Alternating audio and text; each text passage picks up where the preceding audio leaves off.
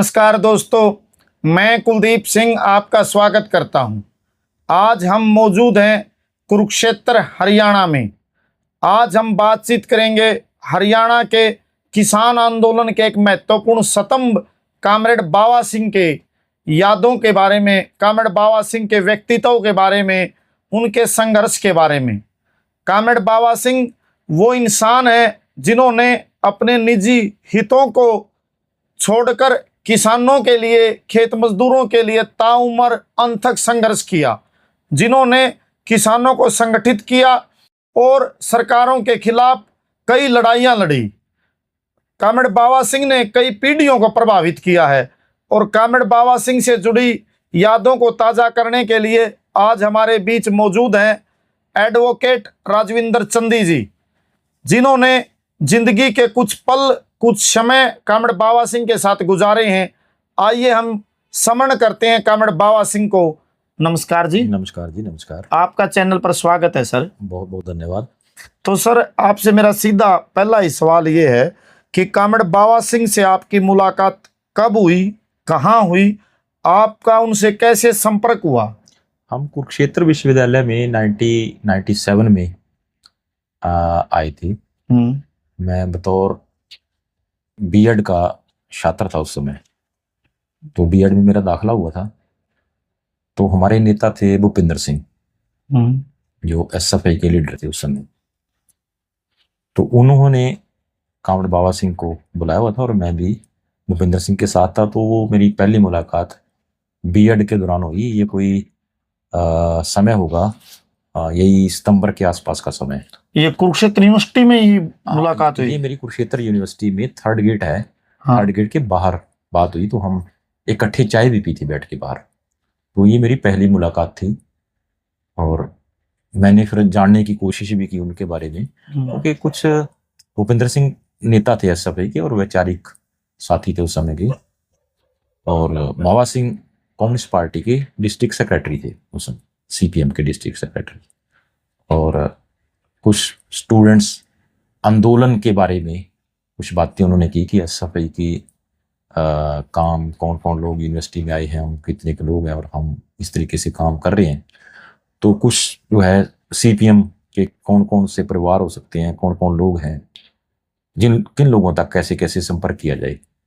तो बाबा सिंह स्पेशल जो है पेवा से उनके अनुरोध पर आए। तो कॉमरेड बाबा सिंह की ये प्राथमिकता थी भाई यूनिवर्सिटी में एसएफआई की यूनिट बने या छात्र आंदोलन मजबूत हो। असल में लीडर थे भूपेंद्र सिंह एसएफआई के। तो देखिए, जो कम्युनिस्ट पार्टी होती है, कम्युनिस्ट पार्टी के लोग जो हैं वो अलग अलग संगठनों में काम करते हैं। उनकी ड्यूटी होती है कि आप जनता के अंदर जाओ और काम करो। भूपेंद्र सिंह भी उस समय सीपीएम के मेंबर थे। मैं सीपीएम का मेंबर नहीं था। तो मैं बाबा सिंह की सादगी से बहुत प्रभावित हुआ। अच्छा। और भूपेंद्र ने बताया कि ये किसान नेता भी हैं और सीपीएम के डिस्ट्रिक्ट सेक्रेटरी भी हैं, और उनके पास मैंने पहली बार लोक लहर भी देखी। अच्छा। तो मैंने लोक लहर जैसे, फिर भूपेंद्र के पास लोक लहर आती थी, हम उस लोक लहर को पढ़ते थे। और बाबा सिंह जब जनरली मिलते थे, जैसे उसके बाद आना जाना शुरू हुआ।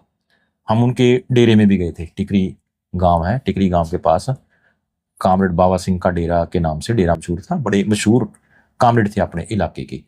उन्होंने बड़े आंदोलन अपने इलाके में लड़े, खासतौर पे किसानों के मुद्दों को लेकर के।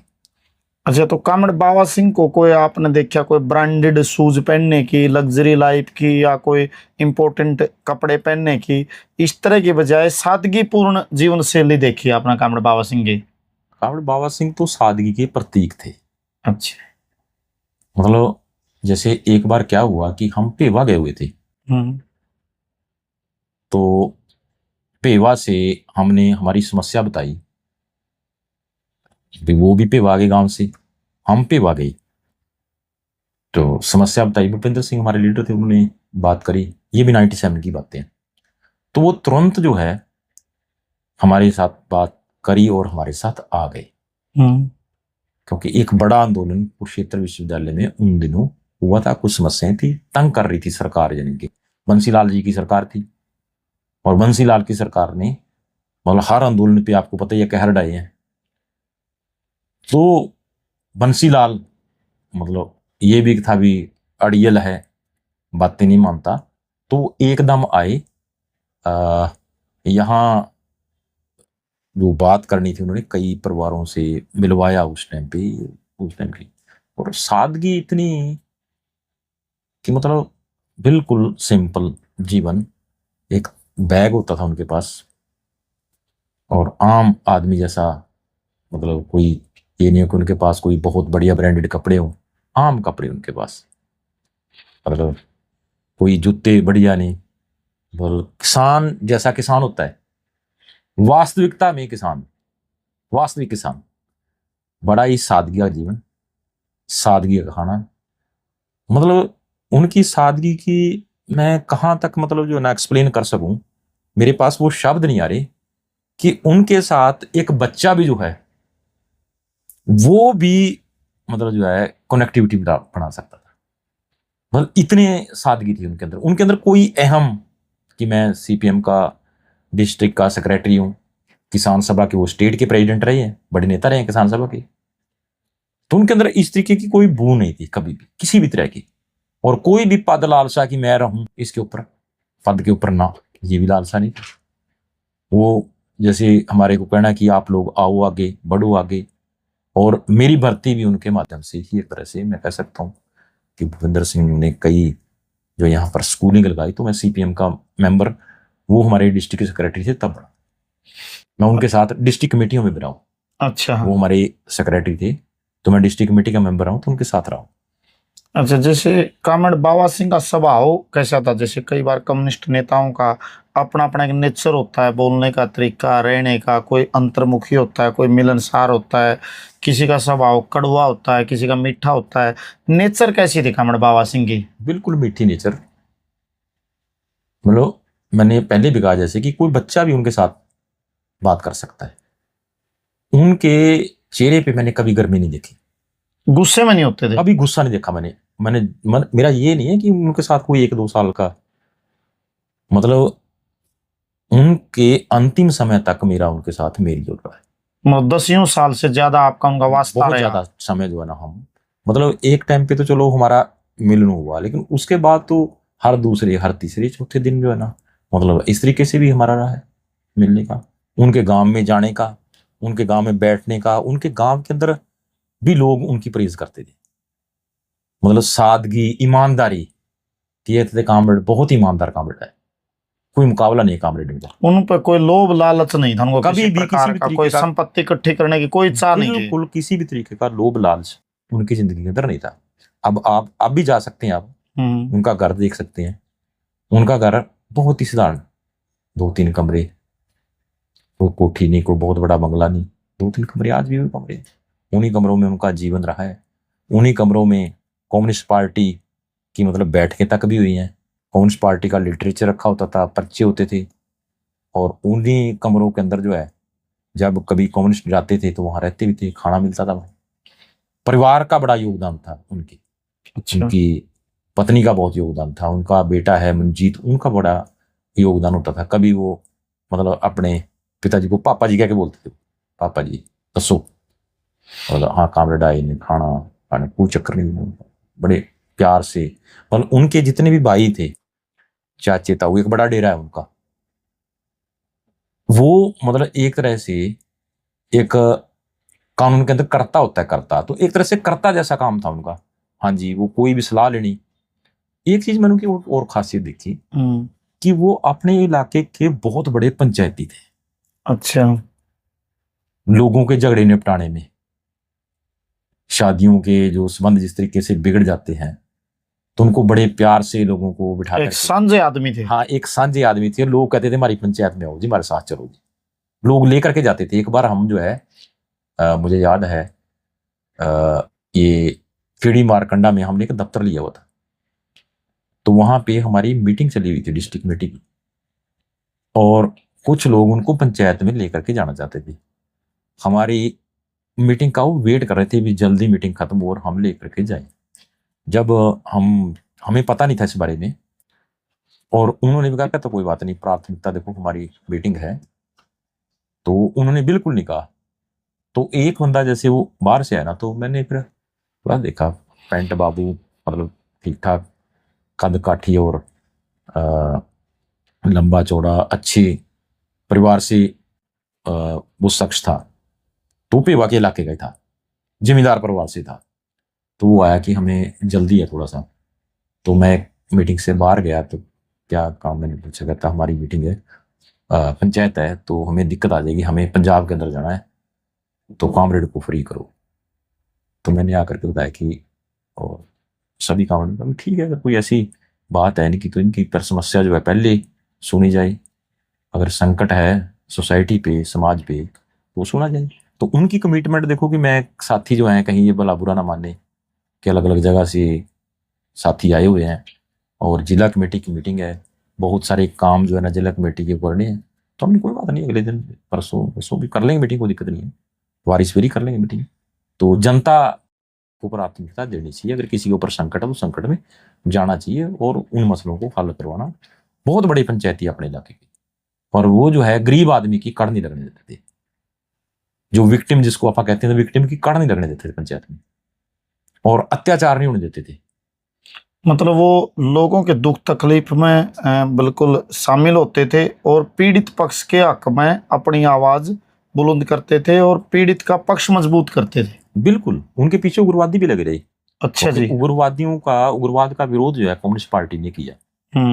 पंजाब के अंदर जिस तरीके से एक अलग देश की मांग, खालिस्तानी, इस तरीके से एक पृथकतावादी जो मूवमेंट चला, इस तरीके से उठी, जो शुरुआत जो है राज्य को ज्यादा अधिकार देने का मतलब एक मसला था, और फिर जो पृथकतावादियों ने उसका फंडामेंटल ताकतें थी उनका, उन्होंने बेनिफिट उठाया उसका, सांप्रदायिक ताकतों ने, कट्टर ताकतों ने। और वो ताकतें जो हैं, जो भी उनके निशाने पे कौन रही, सबसे ज्यादा निशाने पे कम्युनिस्ट आए। 300 के करीब कम्युनिस्ट पंजाब के अंदर उन्होंने शहीद किए। ये जो मतलब ये जो उग्र सिख या जो खालिस्तानी एलिमेंट थे, हाँ, मतलब एंटी इन्होंने मतलब कट्टरवादियों ने, हाँ, यस, जो धार्मिक कट्टरवादी थे, इन्होंने 300 से ज्यादा कम्युनिस्टों का मर्डर किया। धार्मिक कट्टरवादी भी, आप उनको धार्मिक तो है ही नहीं थे वो, हाँ, वो तो सांप्रदायिक थे, सांप्रदायिक थे वो। हाँ, ऐसे लोग जो देश का मतलब देश के टुकड़े करना चाहिए, विभाजनकारी ताकतें थी, और वो धर्म की तो खाल ओढ़ी हुई थी उन्होंने। धार्मिक थोड़ा होते हैं वो, धर्म की तो वो धर्म का लिबास ओढ़ लेते हैं। धार्मिक तो आम लोग होते हैं, आप हो सकते हैं, मैं हो सकता हूँ, और लोग हो सकते हैं, हम लोग हो सकते हैं धार्मिक। वो धार्मिक नहीं है, वो तो गैर धार्मिक लोग हैं। और बहुत लंबा टाइम जो है, जो उग्रवाद का पीक का दौर रहा, उस दौर में बाबा सिंह अपने घर में नहीं सोए। अच्छा जी। उनके ऊपर हमले कई बार करने की योजना बनी, फेल हुए हमले। वो उनका मतलब एक तरह से चौकन्ने थे वो, इस बात को लेकर सचेत थे, वो सचेत थे। हरनाम सिंह के ऊपर हमला हो गया। हरनाम सिंह कम्युनिस्ट पार्टी के नेता थे, एमएलए थे, सीपीआई के पूर्व विधायक। हाँ, पूर्व विधायक। उनके ऊपर हमला हुआ, उनके घर में शहीदियां हुई, उनका बेटा शहीद हुआ, उनकी पुत्रवधू शहीद हुई, उनकी मिसेज के ऊपर हमला हुआ, उनके ऊपर हमला हुआ। एक आदमी और था जो है ना, मतलब उग्रवादियों को पकड़ा भी उन्होंने, मतलब एक, और वो जो है वो बाबा सिंह के ऊपर भी अटैक करने के लिए कई बार आए। अच्छा। तो अटैक करने का कारण कि जो कम्युनिस्ट पार्टियां थी इस देश में, वो देश की एकता अखंडता के लिए अपनी जान न्यौछावर करती है। वो तो देश की एकता अखंडता पहली प्राथमिकता है हमारी कम्युनिस्ट पार्टियों की। तो उन्होंने मतलब उसके अंदर योगदान किया, बात की, उग्रवादियों के खिलाफ बोले। सिख परिवार से थे वो, सिख परिवार से होने के बावजूद जो है सिखों में एक सहानुभूति भी एक टाइम पे थी। फिर सिखों में ही बहुत बड़ा विरोध उग्रवादियों को हुआ, क्योंकि उन्होंने जब देखा ना, उनका चरित्र देखा कि ये कोई मतलब जो जिस तरीके की बातें कर रहे हैं ये ठीक नहीं है, देश के लिए ठीक नहीं।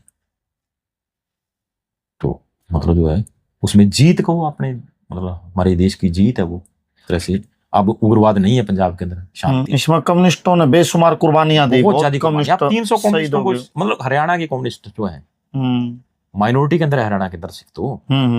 शाहबाद पे वका इलाका हो सकता है, लेकिन बहुगिनती तो यहाँ भी नहीं होगी, ठीक है ना जी।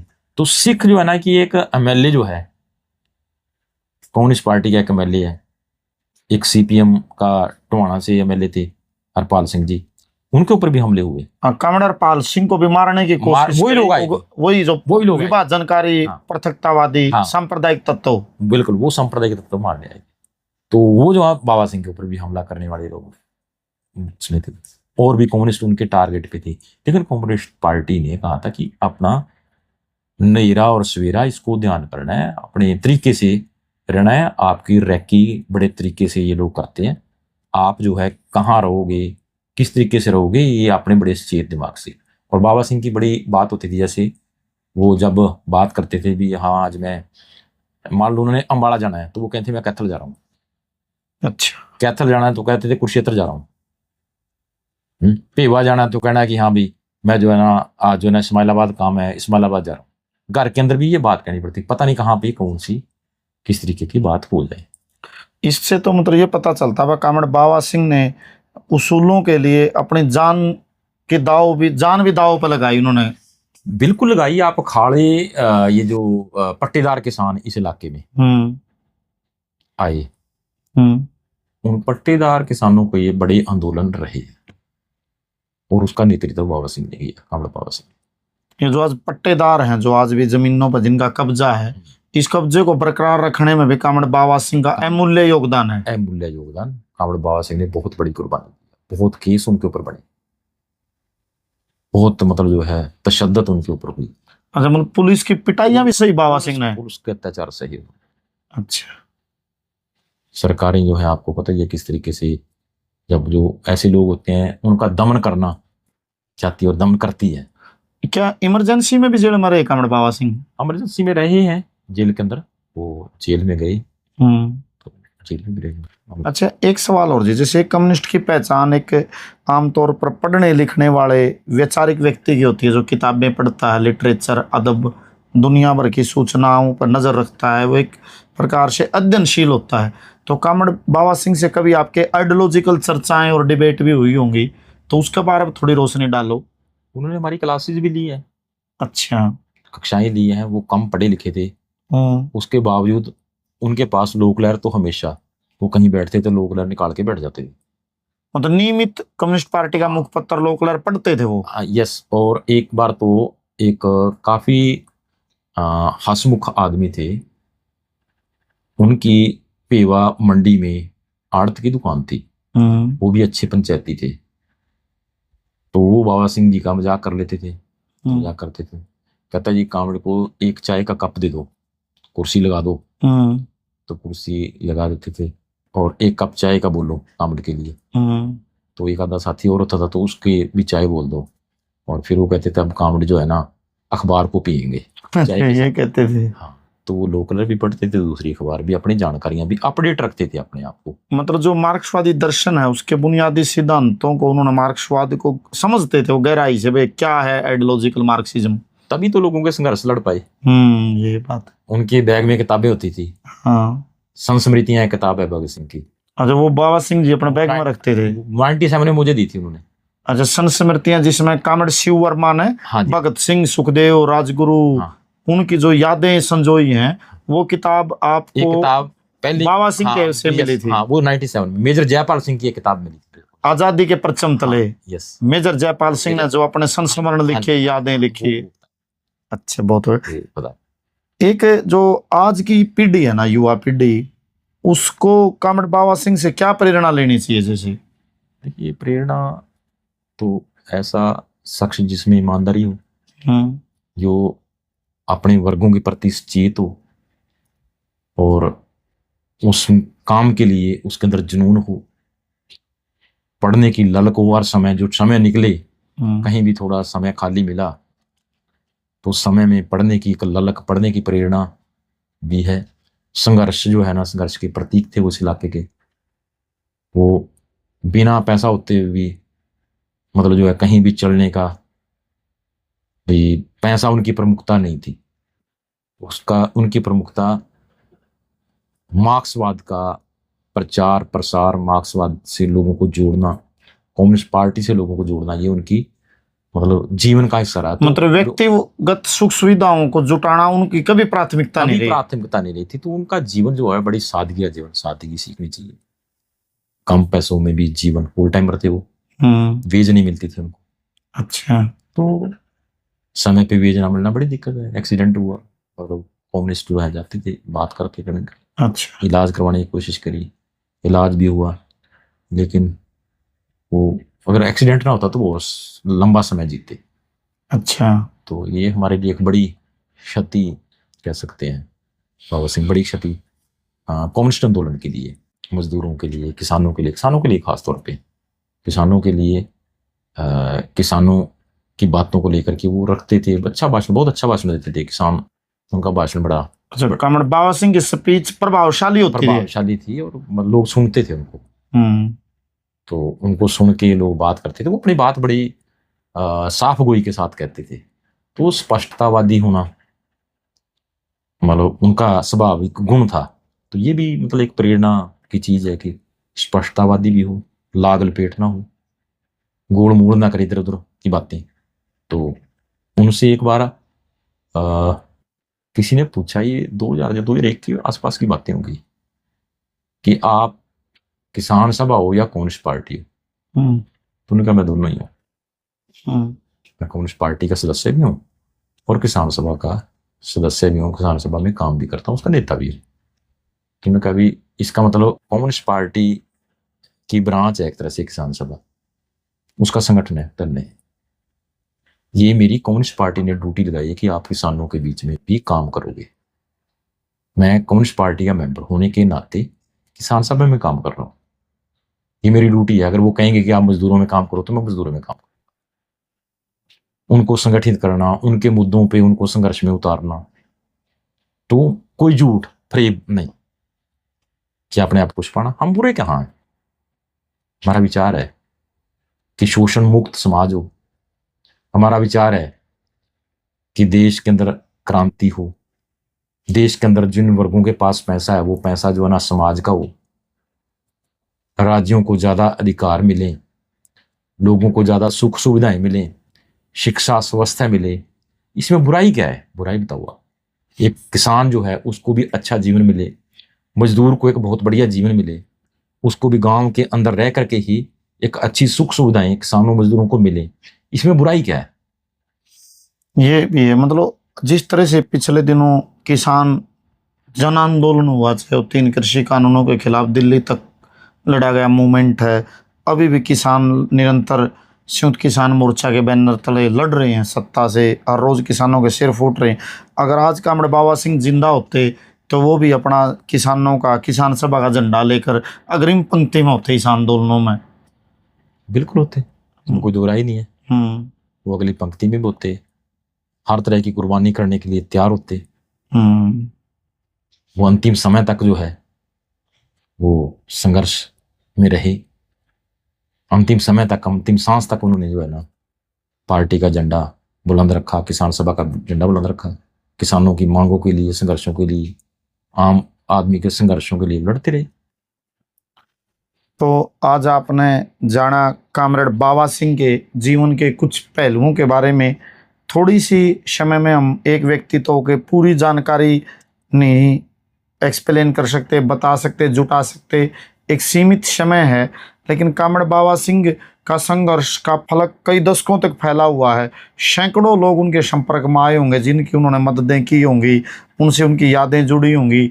और कॉमरेड राजविंदर चंदी ने भी एक बहुत छोटे अरसे में उनके साथ, जो एक सीमित समय में जो उनने उनको देखा, उनको जैसा जाना, उसके बारे में हमें बताया। सभी दर्शकों से भी अनुरोध है कि उनके पास भी अगर कॉमरेड बाबा सिंह से जुड़ी कोई जानकारी, सूचनाएं हैं तो हम तक जरूर भेजें। और सबसे अहम, सबसे महत्वपूर्ण काम होता है कि समाज के लिए जीना, कम्युनिस्ट उसूलों पे जीना, एक ऐसा जीवन जीना जिसमें व्यक्ति अपने खुद की खुशियों को, खुद के शौक को, खुद के स्वार्थ को पीछे धकेल देता है और वो किसान और मजदूर की बेहतरी के लिए खुद को इस प्रकार से जलाता रहता है जैसे मोमबत्ती खुद को जलाकर औरों को प्रकाश देती है। कॉमरेड बाबा सिंह जैसे सैकड़ों, हजारों, लाखों कम्युनिस्टों ने इस देश की बेहतरी के लिए, मजदूर किसान के लिए अपने आप को खपाया है, वक़्फ़ किया है। हम कॉमरेड बाबा सिंह को नमन करते हैं। और कॉमरेड बाबा सिंह का जो सपना और ख्वाब था, जो किसी भी क्रांतिकारी का होता है कि इनकलाब, क्रांति, मजदूर किसान का राज लाना, उसके लिए आज भी किसान जत्थेबंदियां, मजदूर जत्थेबंदियां, इनकलाबी मुहिमें चल रही हैं। सभी दर्शकों से अनुरोध है कि वो कमेंट सेक्शन में जाकर अपनी प्रतिक्रिया जरूर दें। आपने भी समय दिया सर, आपका भी धन्यवाद। धन्यवाद। सभी दर्शकों का बहुत बहुत शुक्रिया।